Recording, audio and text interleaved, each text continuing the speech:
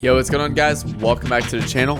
My name is Nick Theriot, and today I have an exciting new video for you guys. Today, I want to talk about why our simple ad account structure allows us to scale significantly faster than any other ad account structure and, what other people are doing, yada, yada, yada. So with that being said, before we get started, hit the like button, hit that subscribe button for new videos every Monday, Wednesday, and Friday, and let's dive into the video.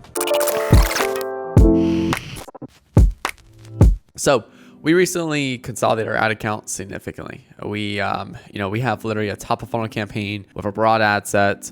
We have a creative testing campaign that uses broad ad sets, testing new creatives on a weekly basis. And yeah, that's it. That's our ad accounts. We do CBO, big budget for our top of funnel campaign. And honestly, CBO at this level does not matter, CBO or ABO, because we're only running one ad set. Sometimes we'll do one or two. If broad does not work for the ad account, we'll test a like audience interest. It's fairly big, but for the most part, that's that account. And we're gonna show you right now, just to show you exactly what it looks like. So this is the account. We have like one or two other campaigns running as well.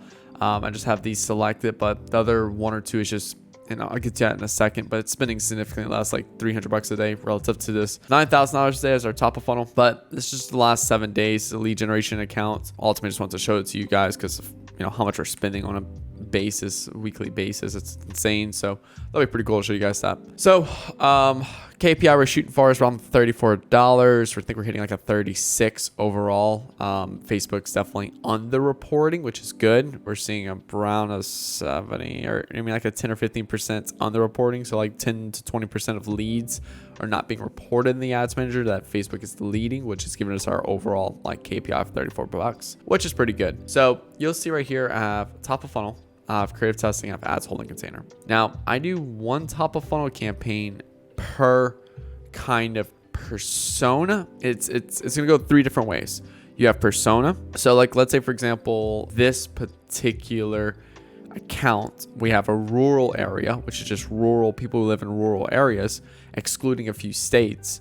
And then we have another campaign that's a specific state that's excluded from the main one.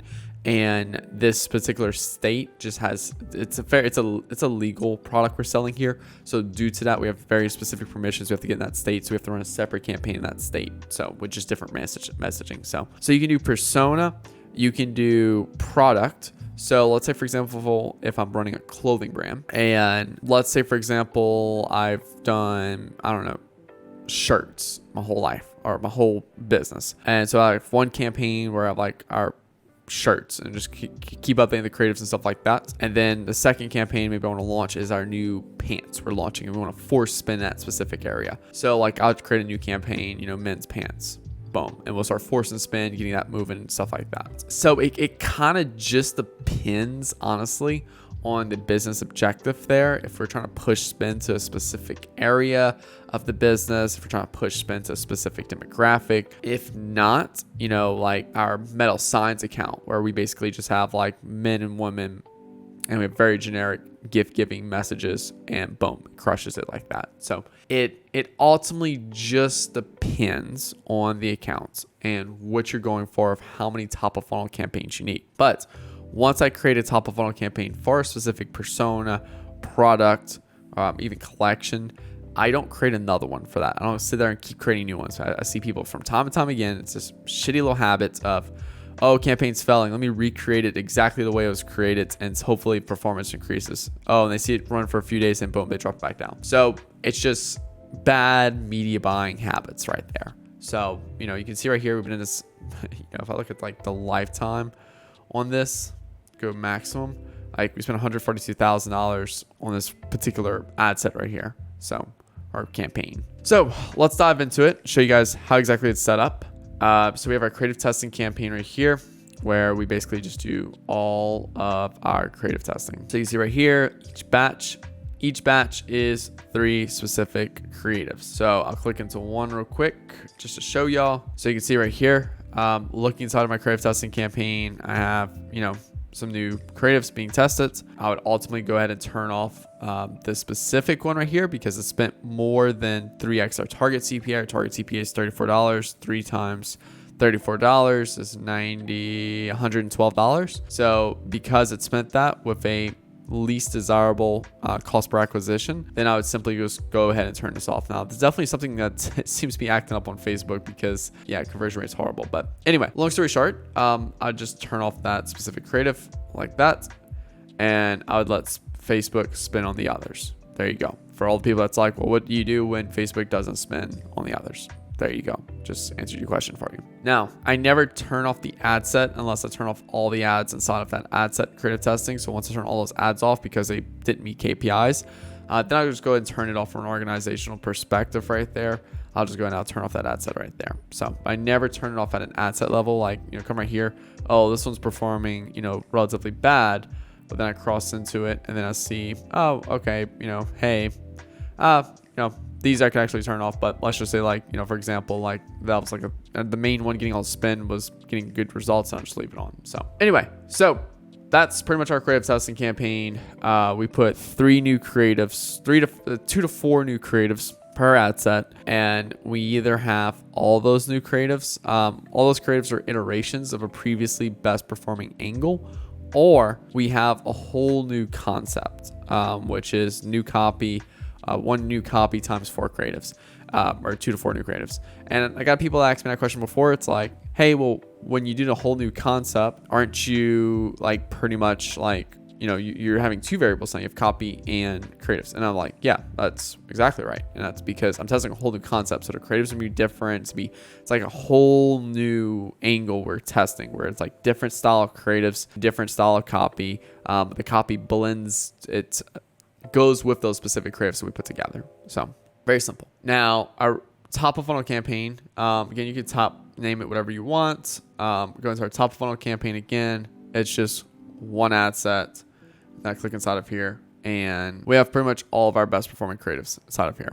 So that's it. I keep it very, very simple. And essentially what we do is we turn these off based off KPI performance as well. So if we notice over the lifetime, we like to kind of look at the lifetime, we like to look at 7 days, and we like to look at 3 days to make our decisions on that sense right there. But yeah, that's literally it. That's our ad account. Now, Nick, why don't you do any retargeting? Where's the retargeting campaigns? Personally, me, I just use 30-day exclusions of what I'm optimizing for. So if I'm e-com, I'm optimizing for purchases. I'm going to exclude purchase 30 days for my top of funnel ad sets. If I'm lead generation, excluding leads 30 days. Now, why 30 days? Because I want people to comment on it after 30 days of how great of an experience they had with our company, talk about the amazing products we have, things like that. I want to get that social proof from those people. And we've seen ads significantly perform better by people saying, oh, I purchased this a while back and I loved it so much. Or, I'm with this particular company and they do an amazing job, yada, yada, yada. So that's essentially what I want right there. Secondly, Nick, where's the audience testing? I don't do audience testing.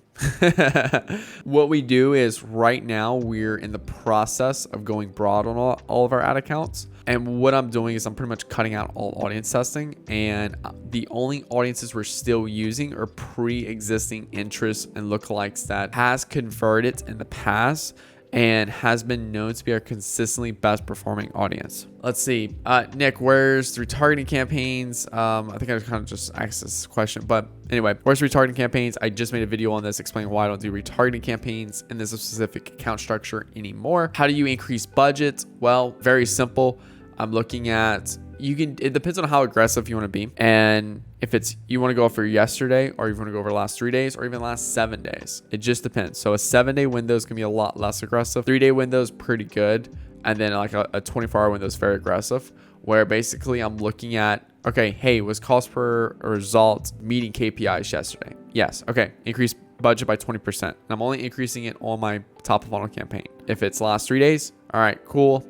Let's look at the average of the last 3 days. Is cost per result meeting KPIs? Yes. Okay. Increase results, or increase by 20%. Now, what if results is not good? What if, again, depends on how aggressive you want to be. A 24-hour window is going to be very sporadic. I find just a 24-hour window is way too small to decrease budget. I really do. It's too sporadic. That's why we like to look at averages of 3 days and 7 days for decreasing results, because Facebook is known to have 2 up days of down day, 2 up days, down day, an up day, down day, up day, down day, up day, down day. But if you look at the average of 3 days or 7 days, your result is meeting the KPIs you want. That's why we like to make those longer decisions on 3 and 7 day window. Now, increasing budget, it's it's a little bit more kind of moving in the positive direction. It's hard to explain, but decreasing budget is kind of the opposite, because you might increase budget one day, didn't receive the results you wanted the next day, but it's just Facebook still optimizing. Whereas if you have one bad day, okay, cool, that's normal Facebook. If you have 3 bad days, or your average over the last 3 days has been bad, then hey, let's decrease budget by 20%. Let's also look at any particular creatives or ads that's getting all spin, that's performing horribly, and let's go turn those off right there. So that's also another thing I'm looking at too. Yeah, and that's it. That's all we're doing ad accounts. I'm not doing bid cap, not doing cost cap, not doing audience testing, not doing any of that stuff right there. Nick, why don't you do dynamic creative testing? Look, to be honest, I've tried it 100 times, don't like it. I prefer to force spin to specific creatives. And I've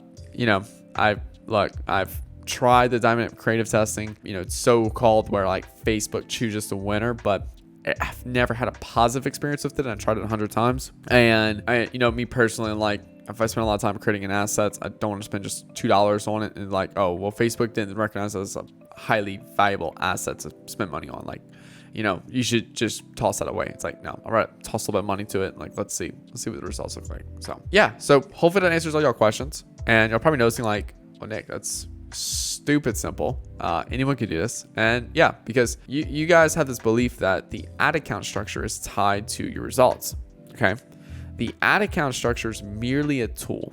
Okay. It's like, hey, you need to go hammer that nail into that board. What do? You're gonna pick up a hammer, go hammer it in. Simple. That's how I look at this ad account. All right. I need to get results. What's the best tool to use it? Boom. Here's this ad account. Here's this ad account structure. I'm gonna use it. Now, if I tell you go hammer that nail in and you've never used the hammer before, and you do not know how to hammer the nail in, are you gonna be mad at the hammer for not knowing how to use it? Like, that's also another thing to look at. Like, you gotta understand that this is merely a tool, and what drives the performance in an ad account is the creatives. The creatives is what drives the performance. And like, let's take a step back, because we've been saying creatives over the last year. Okay, you got to get smart with it. Okay, I've seen people, okay, cool, like, let me go get some new creatives for ad account. They go take like a few pictures in their front yard holding our product, and it like performs horribly, and then like they go add it to ad account, and they're like, yo, new creatives did not work. Like, that's not a good advice. I'm like, well, yeah, no shit, the creative sucked. So you got to put some thought behind these creatives. Like, we spend 15-20 minutes a week working on the ad account, and the other 8 hours we're focused on creatives. And the creatives is a byproduct of audience research. So you need to be doing a lot of audience research, which is going to get your ideas and really focusing on how you can create some great creatives based off audience research, and that's going to generate your creatives. So if we're looking at it from the 80-20 rule, 20% of your efforts is responsible for 80% of your results, then 20% of your efforts of spending time on looking at the audience research is going to drive 80% of your results are creative. 20% of your time spent on creatives is going to drive 80% of your results inside of an ad account. So yeah, so that's basically it. If you're still trying to figure out right now new like tips and hacks inside of Facebook ad accounts, like it's not the same anymore. Those aren't long-term solutions. I'm looking for long-term solutions that I can spend a lot of money, $10K plus, $20K a day in Facebook Ads Manager. That's going to last me for a few weeks versus, hey, this new audience, even though I'm spending $10,000 a day, this new audience of 2.1 million people is converting well. That's gonna last you a day. I can tell you that now. It's gonna last you 2-3 days. It's gonna burn out, and then you're gonna question yourself of your knowledge of Facebook ads, and you're gonna think they don't work, yada, yada, yada. Like, look, focus on improving your business, like your product and everything like that. Like, have a really great product and everything, really great offer, and the sense of the offer being, in marriage. The offer is your value as a person to the other person, and the ring is simply the discount. So, it's a very small percentage. And then focus on really knowing your audience, really doing a lot of audience research, and audience research needs to be done on a weekly basis, and then creating a lot of creative around that and testing creative, finding winners, add them to your scaling campaign, and keep repeating the cycle over and over and over. So this allows us to scale ridiculously faster than our competitors, because our competitors are still looking at ABO, CBO, what new audiences we can go after. It's like, look, we're testing broad. We're letting Facebook choose the audience, And we're merely just focusing all of our time on creative that converts with the messaging, the branding, the audience research, really connecting to people to our product through creatives in that sense right there. So, well, guys, really hope y'all enjoyed this video. Definitely a little bit more interesting of a video. Hope y'all enjoyed it. So make sure to like button, hit that subscribe button for new videos every Monday, Wednesday, and Friday. If you're a business owner spending at least $50,000 a month in paid advertising and would love to hop on a call with me and my team, where we'll discuss how we generated, we've helped brands, in total generate $15 million online revenue. So we'd love to help you guys out. So click the link below, book a call with me and my team. We'll do a strategy call together. We'll go through your ad account, things like that, put strategy for you. You can take that strategy and run with it, or you have the option to choose to work with us if you choose. So thank you guys for watching. If you're doing less than that in terms of like spending and everything like that, then just keep following the channel. May do a course soon, which will be basically just kind of like taking everything I've put on YouTube and just consolidating that to more of like a format that's like a step-by-step process. So basically just it'll save you time. So you have to keep trying to scavenge my YouTube videos to try to figure out what steps I do things. It'll just be more direct. And then from there, keep following the channel because these videos are engineered to make you more money at the end of the day. So thank you guys for watching. Hit that like button, hit that subscribe button, comment below what your thoughts are on this whole ad account structure is like that. Any questions y'all have, I'll try to get my best to answer them to you. And I'll talk to you guys later. Peace out.